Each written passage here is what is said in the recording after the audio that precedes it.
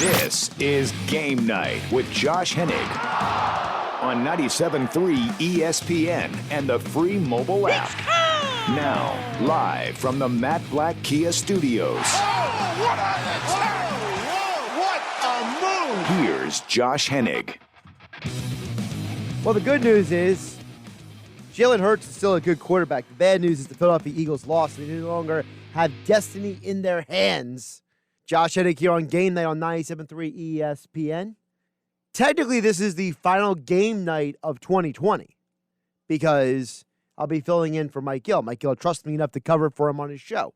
So I get to cover on his show, and there's no more game night because we got bowls and NBA action. So make the best of it. 609-403-0973 on the PlaySugarHouse.com. Text board 609-403-0973.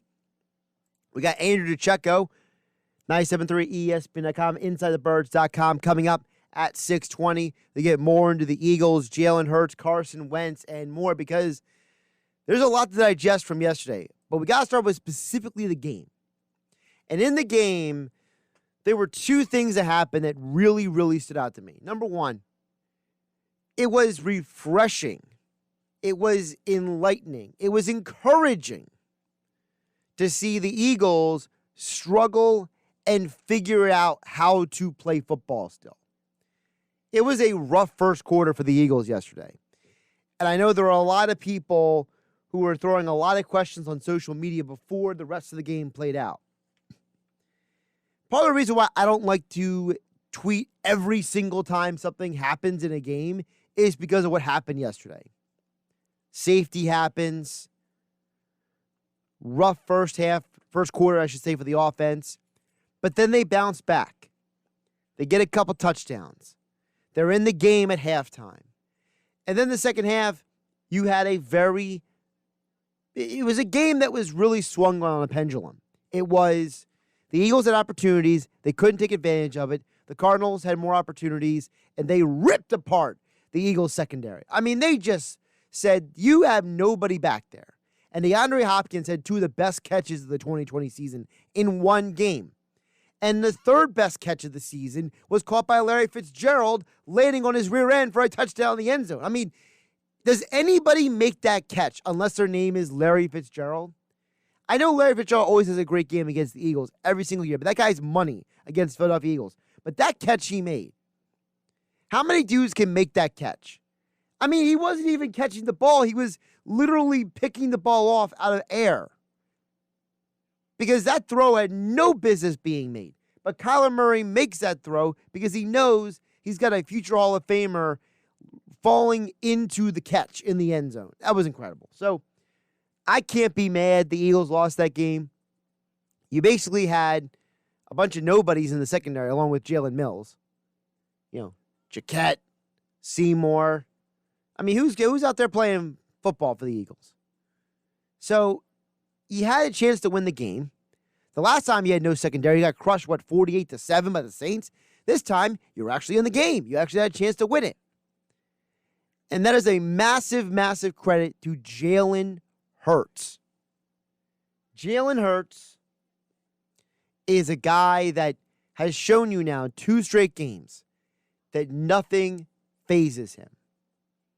Unlike the original starting quarterback for the Philadelphia Eagles, Carson Wentz, who people can say anything they want, but that guy played horribly. And I had people coming at me on Twitter yesterday telling me that, Carson Wentz, he was bad because his offensive line was bad and Doug Peterson was bad and fill in the blank was bad. I get it. The team hasn't played well this year. But if you can't see that there's a distinct difference between the play of Carson Wentz and the play of Jalen Hurts, I can't help you. Because you're obviously in need of an eye doctor. And I am not an eye doctor. You lack critical thinking. I can't help you with that. Jalen Hurts has clearly proven that he is a more competent quarterback in 2020 than Carson Wentz. I'm not saying Carson Wentz's career is done. I'm not saying Carson Wentz can't be rebuilt, restructured, retooled. He can't find his way back. We've seen plenty of quarterbacks fall their face on on the earth and find a way back. Jim Plunkett did it with the Raiders. Kurt Warner did it with the Cardinals. Trent Green did it with the Chiefs. We've seen quarterbacks whose careers look like they were going to Randall Cunningham with the Vikings. Remember 1998? We've seen quarterbacks fall apart in one location and go somewhere else and be successful. So I am not dismissing Carson Wentz's ability to resurrect his career. What I am not counting on is that Carson Wentz can do it in Philadelphia. And Rob Maaddi talked about a very good point earlier today on the Sports Bash Football at 4. When he said, listen, Carson Wentz does not want to be in Philadelphia. He's invested in the city. He has family and other people in his life invested in the city. And I'm not denying that at all. But there's a huge difference between being invested in the city that you're playing in and being able to play in the city that you are currently employed in. Those are two totally different things. And you go back to what Adam Schefter tweeted yesterday. And this was the other big thing that came out yesterday. We've all seen the tweet now. But I think it's important that we recount exactly what Schefter was reporting yesterday. Schefter wasn't reporting that Carson Wentz was demanding to be traded, okay? He wasn't reporting that Carson Wentz hates Philadelphia. His report was that Wentz was not pleased with the situation, and he's not interested in being a backup quarterback. Again, no one is saying that Carson Wentz hates Philadelphia or hates Jalen Hurts or anything like that. The verbatim Adam Schefter report was that Carson Wentz is not being interested in being a backup quarterback, and he would want to move on from the Eagles if the current situation continues. I don't think that's anything that can be disputed. So to me, there's no conflict between what Schefter reported and what Rob Maaddi reported. They're both speaking truth. There's no war of reports going on here. Rob Maaddi, who has his own very interconnection with Carson Wentz's people, is saying Carson Wentz wants to play in Philadelphia. I'm sure he does. I'm sure that he has invested a lot of time and energy and emotion in the city, in the organization, in being the quarterback of the Philadelphia Eagles. He's rebounded from multiple injuries. He's bounced back. But that can also simultaneously be true as Carson Wentz not being interested in being the backup quarterback. Rob Maaddi has said himself multiple times on the Sports Bash with Mike Gill that Carson Wentz is a competitor. That Carson Wentz wants to be in Philadelphia. This is exactly what Rob Maaddi said earlier on the Sports Bash. Is he unhappy with the situation right now? Of course he is. Does he want to play? Absolutely. But as of today, December 21st, Mike, he has not, in his mind, come to a place where he wants out of Philadelphia. It's not just about him. Like I said in that post, this is about a lot of people who have uprooted their lives and come here to surround themselves with Carson, to work for him with the foundation. And yes, he makes a ton of money and he can afford to take care of anybody, but you have families involved. It's a whole lot of uprooting. Carson Wentz isn't happy with the situation. So you can say to one report, I want to be in Philadelphia, I'm just frustrated with the situation, and simultaneously say to somebody else, I don't want to be the backup quarterback here. Those two can simultaneously exist. And I think the writing is on the wall more and more. I think that it's becoming obvious that unless something drastic happens, unless there is a major thing that happens with the Eagles and Wentz, things are trending in the direction that Carson Wentz just can't be the starting quarterback here anymore. And this really started years ago with Nick Foles. There were so many people who were Foles people, right? You know, I call them the cult of Nick Foles. I do that tongue-in-cheek a little bit, but there's a slight bit of seriousness, you know. And a lot of times in sarcasm, there's a little bit of truth hidden in there, and there's a little tongue-in-cheek in my Nick Foles, you know, hyper-criticism of the fans of Nick Foles, but there's something to it. Nick Foles won you a Super Bowl, Carson Wentz on the sideline. Did Carson Wentz get you through 3 legs of the season? Absolutely. But the final stretch of the season, Nick Foles got you across the finish line. And a lot of times in the relay race, nobody remembers the person who was in the start, the middle of the race. They remember the person at the end. So while Carson Wentz got a ring as well, he was not the person seen at the finish line. And that's kind of what we're dealing with here. Carson Wentz was not the finish line for multiple seasons now. He was not starting the playoff games in 2018. He got knocked out of the game in 2019. And whatever reason it is that he has become a thin-skinned, egotistical individual that he has now, whether that is the people around him are giving him bad information, whether that is his own stubbornness with his inability to realize that he is the creator of his own demise, whatever the reason it is, you have a young quarterback who has come in here and is unshakable. Nothing phases him. And it's amazing to watch because in some ways it gives you a level of hope for the future of this organization.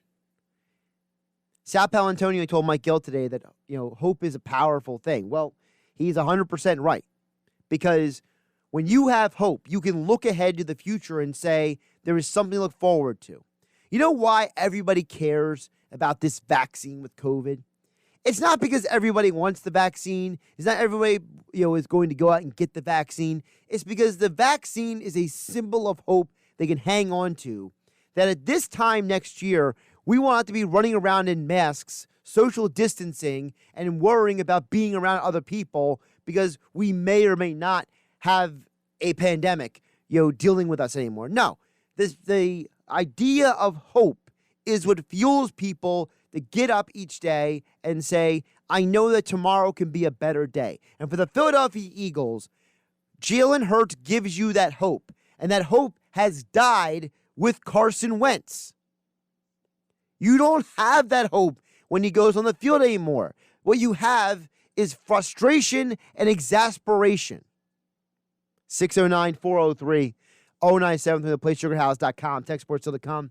Andrew DiCecco will join us coming up at 620. 97.3 ESPN.com. Eagles writer, also contributor for InsideTheBirds.com.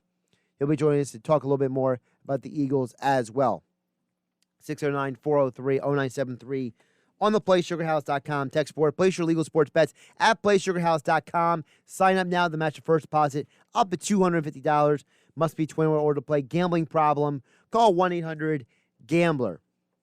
Also want to remind you tonight, Monday Night Football, Steelers and the Bengals. I know for football aesthetics, it's going to be probably a very disinteresting game for a lot of you in fantasy football. This is a huge game for you tonight. I was reading a report earlier, and I don't remember if it was CBS or Yahoo Sports, so forgive me, I don't remember which one of the sites it was, but they said that tonight there will be 5 of the top 50 fantasy players of the year playing tonight. That list includes Ben Roethlisberger, Deontay Johnson, Juju Smith-Schuster, T. Higgins, and Tyler Boyd. So for a lot of you fantasy people, this is a big game tonight. You can hear it all right here on 97.3 ESPN. Coverage begins at 7:30. But coming up next, we'll get more into the Eagles, the NFC East, Jalen Hurts, Carson Wentz, and more with Andrew DiCecco here on Game Night on 97.3 ESPN FM and 97.3 ESPN mobile app. It's free, thanks to First Bank of Seattle City. You're listening to Game Night with Josh Hennig on 97.3 ESPN and the free mobile app. Josh Hennig here on 97.3 ESPN. Of course, you can follow me on Twitter or harass me on Twitter at Josh Hennig, Hennig. We'll get to your text in just a bit at 609-403-0973. But join us right now on the Boardwalk Honda Hotline, Andrew DiCecco. His appearance powered by the Inside the Birds podcast, contributor for InsideTheBirds.com, also Eagles writer for 97.3 ESPN.com. Joins us here on a Monday night on 97.3 ESPN. Andrew, how you doing today? Josh, I'm doing well. There's a lot to unpack here from yesterday's game, and excited to dive in. Just wanted to say happy holidays to you and all your listeners as well. Well, we appreciate that, considering this is the final game night of 2020. So congratulations, you're the final guest of game night in 2020, because I'll be filling in for Mike the rest of the year. So let's jump into this game yesterday. I thought it was huge, massive, that the Eagles had something go wrong early in the game, Andrew. And then Hurts led them back into the game. And I know there's a lot of different things that happened, but I think for 2 games now, I think it's blatantly obvious that Jalen Hurts has a level of poise and leadership and taking responsibility, as he did after the game, that is, in my mind, very refreshing.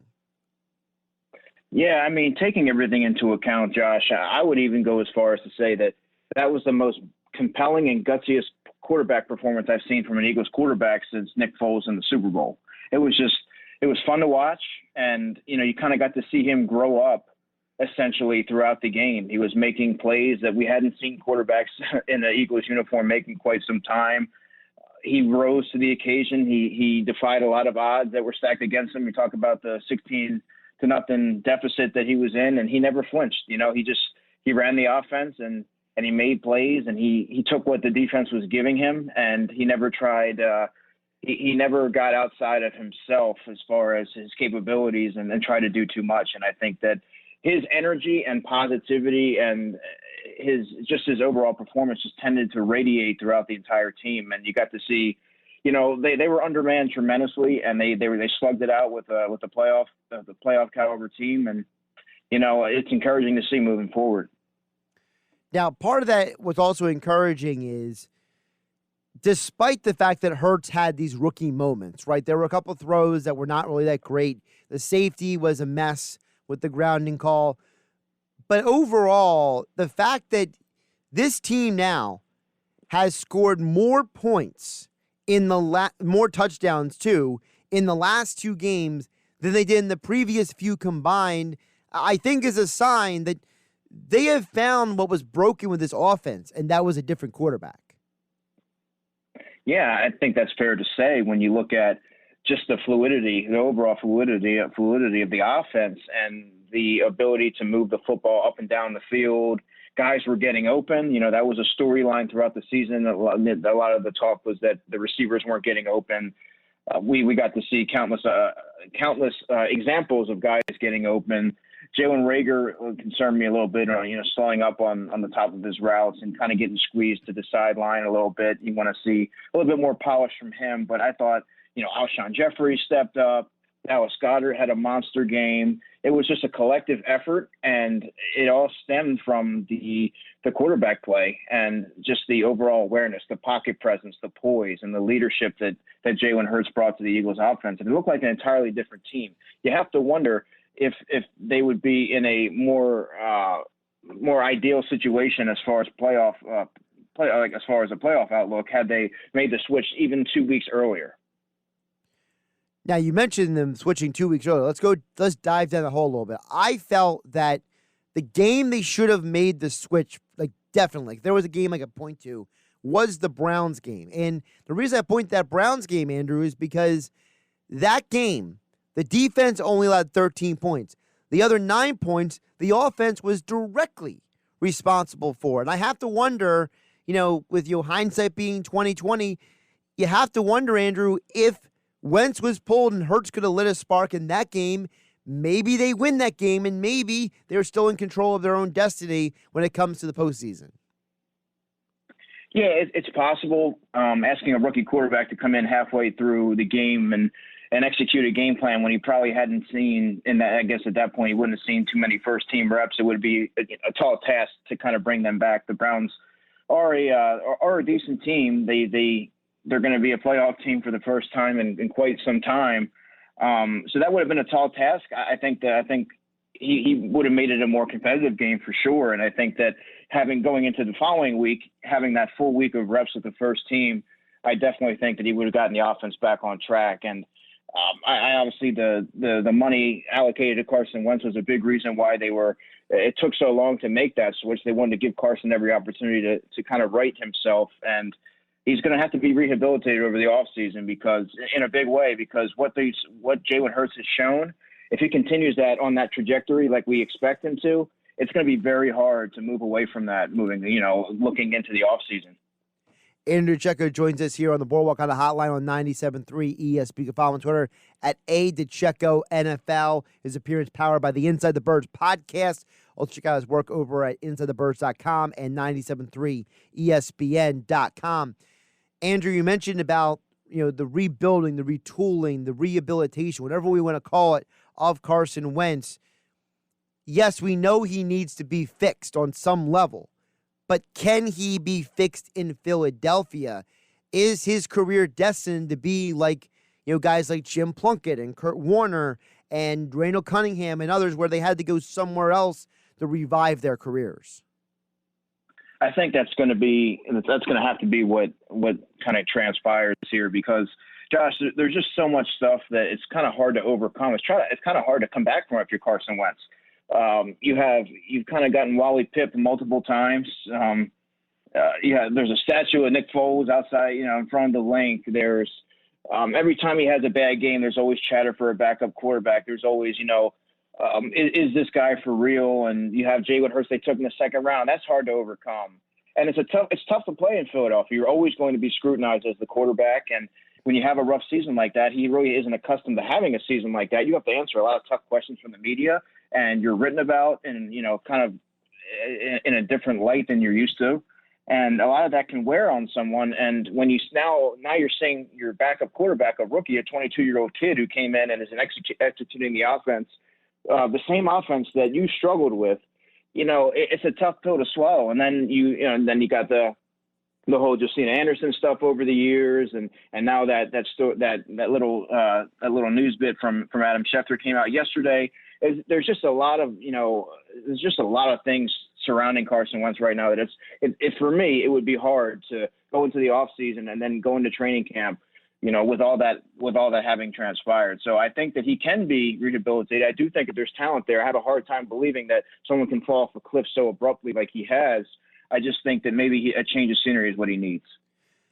Now, forgive me for the moment of psychoanalysis, but I threw this idea out to Emery Hunt last week, and I know you and Emery are both guys who watch a lot of tape, a lot of college football at multiple levels. Mm-hmm. So I feel like if I'm going to ask anybody these kind of questions about Carson Wentz, I want to ask you guys. So here we go. I look at Wentz, and I think part of the problem with him is his background. I think you have a young man who was not recruited highly coming out of college. We know he had a growth spurt later in life. He was not the polished athlete coming out of high school that he came out of college as.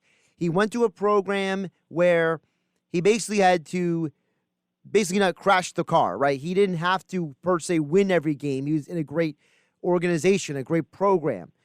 He came from a very limited background, North Dakota State. He wasn't exposed to as much life as other people are growing up environments. Now he comes to Philadelphia, something completely different he's ever experienced. He has to acclimate to the life of the NFL, the life of different cultures and people, things he's never experienced before, responsibilities and pressures on him he's never lived before. And I have to wonder, when you come from the environment that he came from into something as pressurized as the bubble that is Philadelphia sports, I have to wonder, is there maybe a part of him that maybe was never prepared to succeed in this situation? Well, I appreciate the psychoanalysis aspect of looking at everything from every angle. But I think that's fair. But that being said, when you're the second overall pick, you're you're the quarterback of a football team. He's a national champion. He accomplished a lot at North Dakota State. He went through the pre-draft process. He was grilled with questions, pretty much under that light where you're getting asked a million questions by all these different evaluators and coaches and personnel folks. Then, he has this immediate success with the Eagles. Essentially, 2016, he was okay. But then 2017, he was playing some of the best football of any quarterbacks ever played in the city. And he had that almost instant success. And then to kind of fall from grace, then there's the injuries that pile up. And then this year, just nothing seems to be working for him. And he looks like a shell of his former self. He's missing guys. He's dropping his eyes. He's not seeing the field well. He's locking on to guys. It just seems like the wear and tear of the season, and he's just not used to that. He's used to winning. He's used to coming from a winning culture, and he's used to always being someone who was in full control. And now he's not, and he's being faced with all these different questions every week, and it almost seems like he's overwhelmed. You saw him in the press conferences, and he's not used to having things written about him like that. He's not used to having to play from behind and have to carry a team. And these are things that he's going to have to be able to adjust to as a franchise quarterback. So, while what you said there may be some weight to that, that's not going to. I mean, when you're getting paid to be an elite quarterback, a franchise quarterback, that's not going to cut it in any city, and that's certainly not going to cut it in Philadelphia. So, if that is the case, Josh, he won't last very long here. I'll take that as I'm not totally an idiot for coming up with the idea. I'll take that. No, I mean, I think that not at all. I think that there's some sense to that, and I do think that when people talk about the mental aspect of him, as far as and as well as his physical ability, I think that plays a part of it.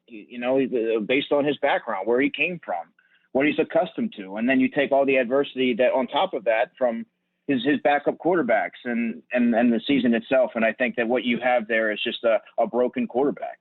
Yeah, and I think the flip side, it's so different with Jalen Hurts because his dad was a coach. He went to Alabama. He got benched for a guy. He had to come in the SEC championship game and save Alabama's season. Then he's a grad transfer. And he goes to Oklahoma, and he gets them in the college football playoff. He goes into two of the highest pressure cookers in college football and has success despite all odds. So to me, I just feel like Jalen Hurts, maybe he's built for the Philadelphia situation a little bit better than Wentz is, because when I see this guy on the field, Hurts, nothing phases this guy, no matter what level I've seen him at. He's a cool customer, and I think growing up in that football environment, that football culture, you said his dad was a coach, and he had to battle. Like, he was faced with adversity at a young age, and he overcame that. And he learned from different quarterbacks, from different situations. He knows what it takes to get back to the top. Whereas Carson Wentz has always been at the top. Now he fell to the bottom, and he's struggling to kind of grasp that and dig himself out of that hole. Whereas Jalen Hurts knows what it takes to overcome adverse situations. And even if you hear his press conferences, he's just very mature for a 22-year-old. He talks about how he hates to lose more than he likes to win. And people were complimenting him on his 300-yard passing game. And he said, that's all good and well, but we lost the football game. He never lost sight of the main objective. And I think a lot of young players, that's lost on a lot of young players, and it's not on him. And he has the mindset, to me, of a 5-6 year veteran. And I think that has to do with everything from his background. So you have two quarterbacks, in my opinion, that have two very different, two different backgrounds and how they both got to their respective positions. So I do think there's something to be said for that. Andrew DiCecco joining us here on Game Night on 97.3 ESPN. You can follow him on Twitter at DiCecco NFL. 97.3 ESPN.com, Eagles writer, also contributor for InsideTheBirds.com. His appearance powered by the Inside the Birds podcast. Andrew's hit a couple other things from the Eagles game yesterday. Let's first start on the offensive line. I want to know what your thoughts are. This was the 13th different iteration of the offensive line. I think the two things that stood out to me was they mentioned on the broadcast, number one, that Pryor and Herbig were missing some assignments. We saw that Mailata had trouble with the non-defensive line blitzers coming off the edge. And the other thing I noticed is that I can't see everything because, the way the cameras are set up, but it felt like to me that there were times that there were confusion on who should be blocking who on the offensive line yesterday. Yeah, particularly on the right side, Nate Herbig and Matt Pryor in particular struggled. But, some of those were on Jalen Hurts as well, not being aware. And that's going to come with experience, holding on to the football a little bit too long, not being aware of what's around you. He did have 3 fumbles. I just think that when he grasps, the blocking scheme and the overall, he'll have that overall awareness of everything around him. And Matt Pryor is not your ideal right tackle. I'll tell you that right now. I mean, he's someone that you can kind of hide as a guard, but when you put him out there at tackle on an island, when he has to hold his own, he struggles mightily. And we saw that. And I thought the line, for what it was, Josh, honestly, I thought the line held up fairly well. But, obviously that's not good enough. That's not an NFL caliber offensive line. But I thought, given what they had to work with, I thought that they held up respectably. You're talking about a Cardinals line that really got after it the week before. Hassan Reddick had 5 sacks. All that taken into consideration, I thought that they did okay. But I think that's something that it's going to be a work in progress. It's the kid's second start, and it's going to be it'll be a little bit of a learning curve. He didn't have any sacks. He didn't take any sacks the first week. This week he took 6. So I mean, next week I think that he'll have based on what we've seen from him, that being able to grasp things quickly and be a quick processor. I think that will kind of work itself out soon. Now, let's flip over to the receivers because you put out a tweet and it laid out the snap counts of these guys. I thought it was very interesting that Jeffrey had more snaps than Rager and Ward. In fact, Watkins and Fulgham, they both had almost the same number of snaps yesterday. And I thought that, watching the game in real time before I went back and watched it later, to me in real time, I was like, wow, Greg Ward's getting a lot of attention, a lot of action. He's having a great game.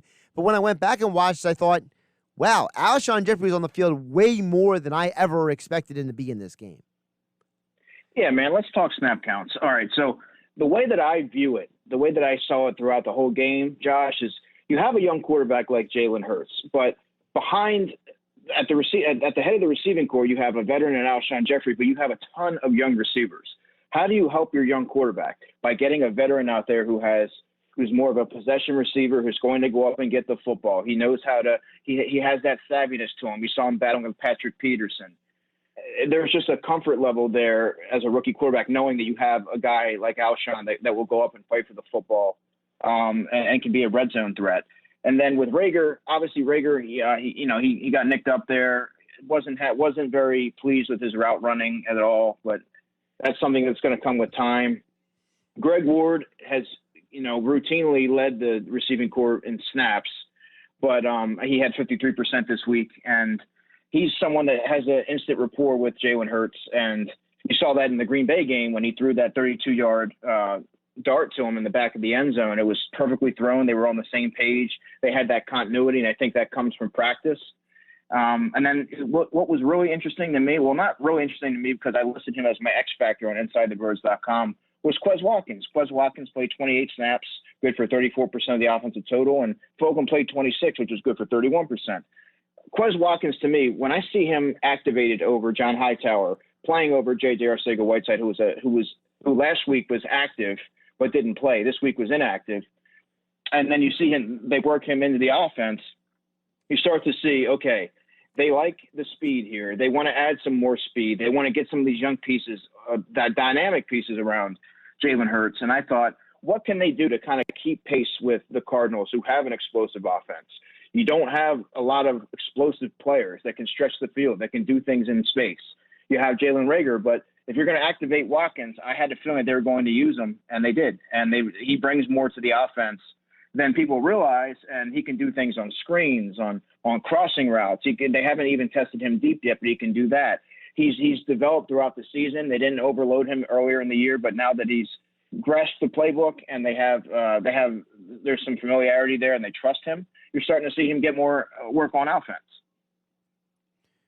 Andrew, one more before I let you go. I always appreciate you taking the time to jump on again. Andrew DiCecco at DiCecco, at A DiCecco NFL on Twitter. Of course, you contributor for InsideTheBirds.com, 97.3 ESPN.com, Eagles writer. His appearance powered by the Inside the Birds podcast. Before I let you go, I think one of the biggest plays of the game yesterday that kept the Eagles in the game that is not going to get overlooked a lot is that play by Goddard and Clemens on that kickoff return was incredible. I mean, I didn't even know those guys were even on the special teams until I saw them go out there and make that play. Yeah, man. And we talk about special teams. That's something that, that was the goat of the game because they allowed that, of course, that punter to make that nice pass. And Rick Lovato unfortunately had a bad snap that Zach Ertz couldn't Horrible handle. snap. Horrible. Yeah.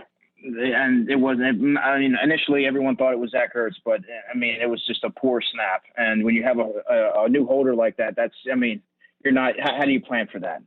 That can't happen. But going to your point, as far as coverage, I think that the coverage, I did not know that Goddard was on the coverage team. That was a shocker to me. And I think that really speaks to the lack of bodies that were available there. Usually you get guys like Marcus Epps and Kayvon Wallace that are like the core guys. Marcus Epps played all 68 snaps on defense.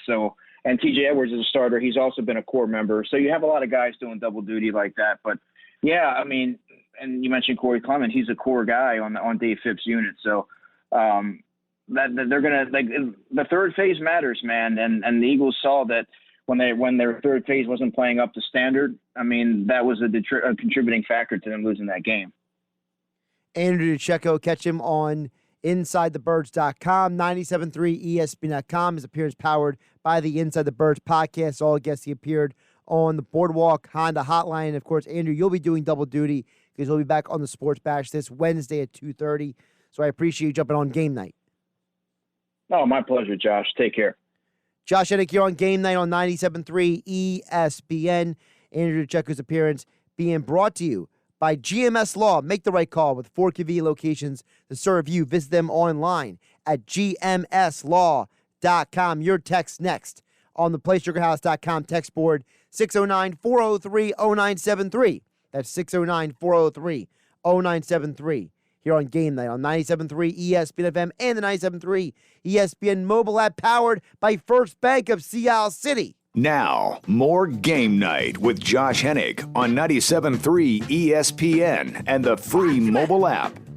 Josh Hennig here on Game Night on 97.3 ESPN. Final segment of the show. Get your text in just a moment at 609-403-0973 on the PlaySugarHouse.com text board, 609-403-0973. To get on the conversation, I want to remind you that Game Night is being brought to you by weightliftinghq.com.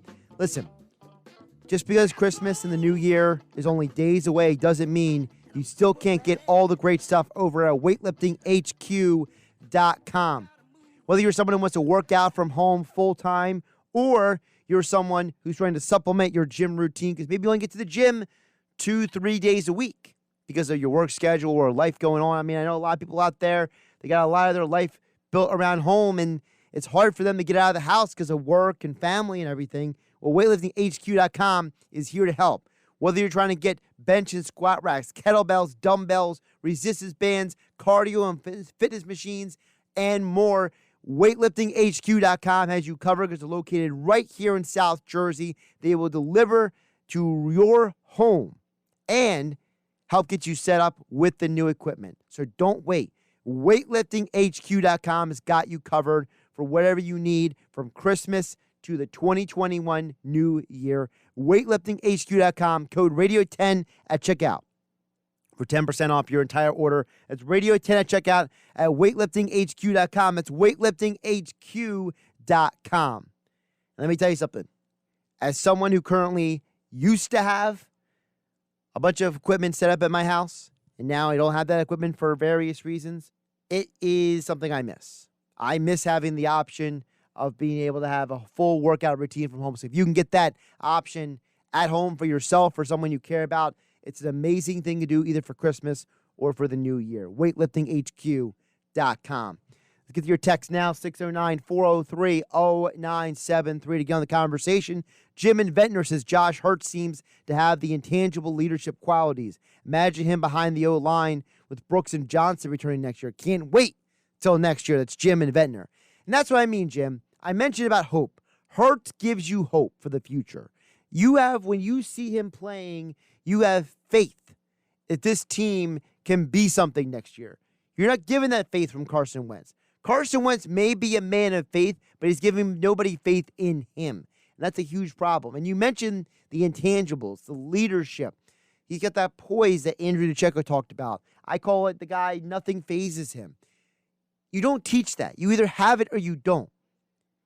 And there's a part of me that wonders, where Wentz was broken along the way, and maybe he just won't ever be able to find himself again in Philadelphia. And maybe this is a situation where you just have to move on with the guy here. Look, when Kurt Warner fell on his face with the Giants, or when Jim Plunkett didn't work out with the Patriots, or when Randall Cunningham had to leave Philadelphia, or Trent Green lost his job because he got Wally pipped by Kurt Warner in St. Louis with the Rams, all those quarterbacks found new homes somewhere else and were able to have successful careers moving forward. And I don't know what Carson Wentz's future holds, but I don't think the future is here in Philadelphia. 609-403-0973. Dan in EHT chimes in and says, let's see here. Let me get that text about Wentz. Dan from EHT says, you make it like Wentz from a different planet. I agree, though. Does North Dakota even exist? Can you imagine if they were fans of the games this year? The Boo Birds would have made Wentz cry this year. And that's the thing, Dan. I think that it's not that Wentz is from a different planet, but I've seen numerous times people who are not malleable and adaptable and cannot adjust to their environment struggle in situations that they're not used to. People don't like different. People don't like anything that takes it out of their comfort zone. And I think that while coming to Philadelphia was hard enough for him, he's never experienced adversity like this. He's never experienced anything like this in his life that would have forced him to have to dig deep inside of himself. And I think there's a part of Wentz that looks around and says that he's angry at the world right now, and instead of blaming himself. Sometimes you got to take responsibility for your actions. And getting up at a press conference and saying, I have to be better, I got to do better, it's not good enough. Until Wentz is able to admit outwardly and publicly to somebody, it doesn't have to be the media, not have to be you or me, but it has to be somebody, what he's doing wrong, that his mechanics have gone way down south, that he's staring down receivers, that he's afraid to throw the ball, that he's holding on to the ball too long, that he's not pulling the trigger, that he's not willing to hit the check down, that he's not scanning the field properly. Until he's willing to admit he has these problems to somebody, he will never get better. And what did Jalen Hurts say yesterday? He didn't care about his stats. He didn't say he played well. He didn't say, I got to be better. He said the only thing that matters is winning. There's a huge, huge difference between Wentz and Hurts right now. By the way, shout out to Steve from Ventnor. Good to hear from you, Steve.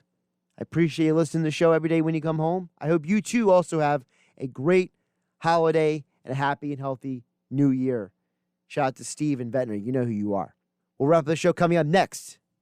This hour is brought to you by William Hill, America's #1 sportsbook. Get in on the Monday Night Football action and make it even more interesting with a wager. Just download the William Hill mobile app to bet on all the sports you love. New Jersey only, 21 plus. Terms and conditions apply. Gambling problem? Call 1-800-GAMBLER. All right, before we get out of here, a little news story that's important to me and maybe not a ton of other people, but I really hope that this situation is rectified for Army college football. The team went 9-2 this year. They won the Commander-in-Chief trophy last weekend. They are currently shut out of the bowl season because some of the Pac-12 schools decide they don't want to play in the postseason. They're using COVID as an excuse. I don't know all the reasons why they're not playing, but Army has been shut out of their bowl, and right now they have a chance, and I hope it works out because there are a couple other bowls that may have openings, and they're staying prepared, they're practicing, they're staying in protocol so they can play in a bowl game, and I hope it works out because I really like to see these kids awarded the opportunity to play in a bowl game after one of the best seasons in Army history despite all odds. So let's hope for the best for the Army football team. I'm Josh Hennig. This is Game Night. Take care.